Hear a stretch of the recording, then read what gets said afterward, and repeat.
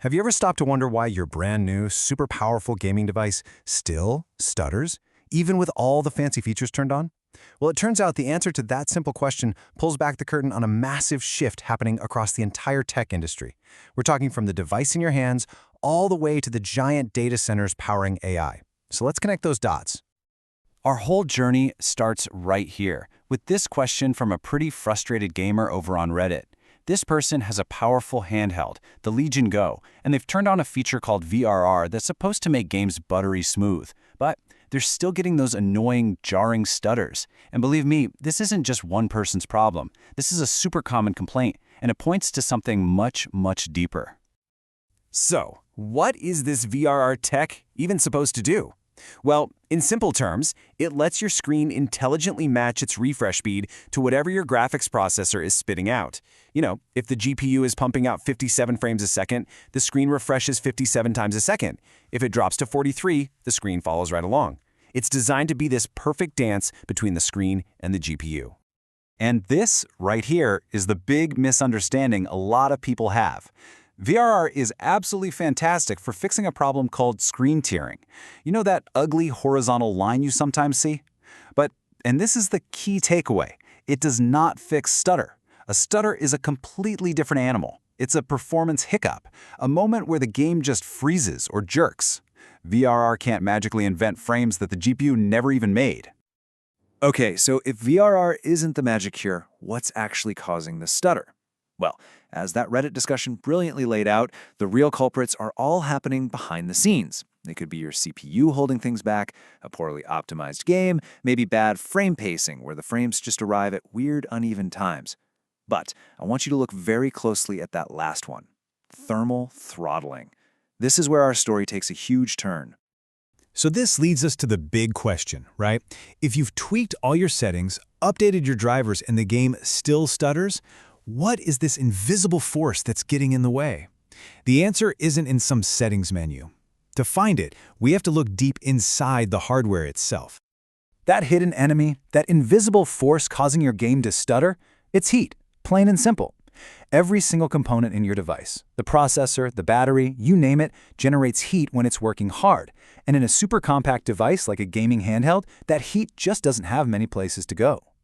And that leads us to this key concept, thermal throttling. Now, this isn't a bug, it's a feature. It's basically your device's self-preservation instinct kicking into gear. When the internal temperatures get too hot, the system intentionally slows down the processor to cool off and, not melt itself. Just think of it like this.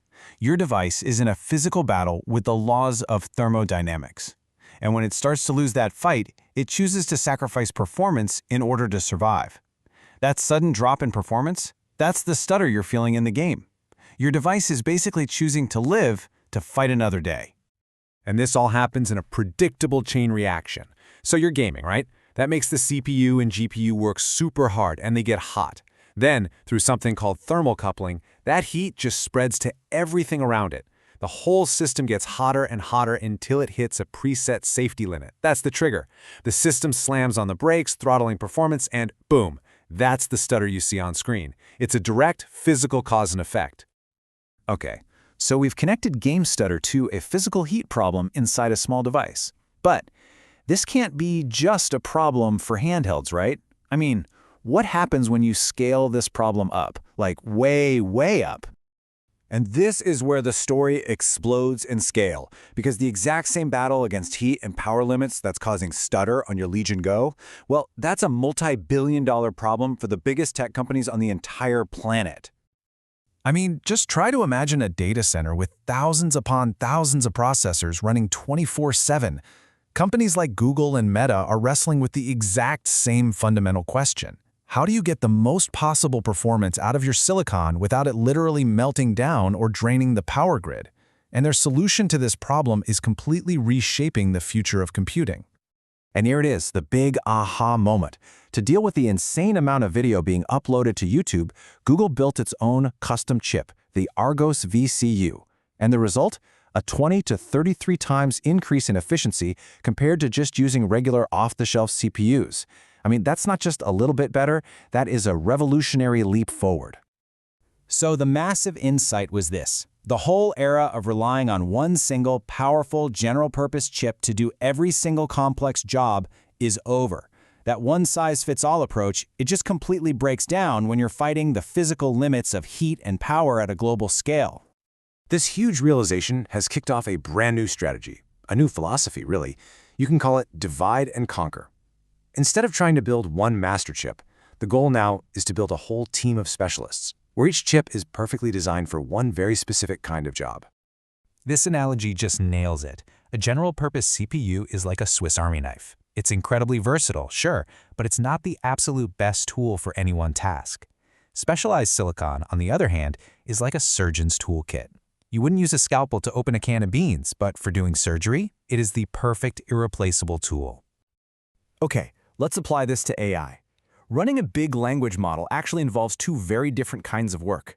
First, there's the pre-fill phase. That's where the model reads your huge prompt. It's all about raw, heavy-lifting computation, which GPUs are great at. But then there's the decode phase, where it generates the answer one word at a time. That's all about memory speed. It's a totally different bottleneck, and it requires a different tool, like a specialized chip from a company like Grok that's built for lightning-fast memory access. And we see the exact same pattern with video. Processing millions of YouTube uploads is a batch job. The only thing that matters is throughput. How many videos can you get done per hour? A specialized chip like Google's Argos is perfect for that. But live streaming on Twitch? That's a real-time job where latency is everything. Milliseconds matter. That requires a different specialist, a real-time VPU. So two different video jobs, two different specialized tools. The result of this whole strategy is just profound. By matching the right silicon to the right task, you get this massive leap in what's become the single most important metric in all of modern computing: performance per watt. It's all about getting more work done for every unit of energy you consume and for every degree of heat you generate. So what does this all mean for you and for the technology that you use every single day? It means we are entering a totally new era of computing. You can call it the age of specialists. And the internal architecture of all of our devices is about to fundamentally change. These are the new rules of the game. It's all about recognizing that one size does not fit all. It's about intelligently breaking down tasks and routing each piece to the specialized hardware that's best equipped to handle it. And the companies that master this, they're going to have a huge competitive advantage, because performance per watt, that's everything now.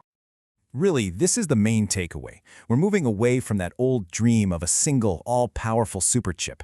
The future is what we call a heterogeneous system. It's a team of highly efficient specialists, all working together in perfect harmony. And that brings us right back to where we started. That stutter you feel in your game, it isn't just a random glitch. It's a symptom of a general-purpose processor hitting its physical limits. The solution, which is already changing the world of AI and video, is coming to your devices too. So the next time you're thinking about performance, don't just ask how powerful the main processor is. You should be asking, who's on the team?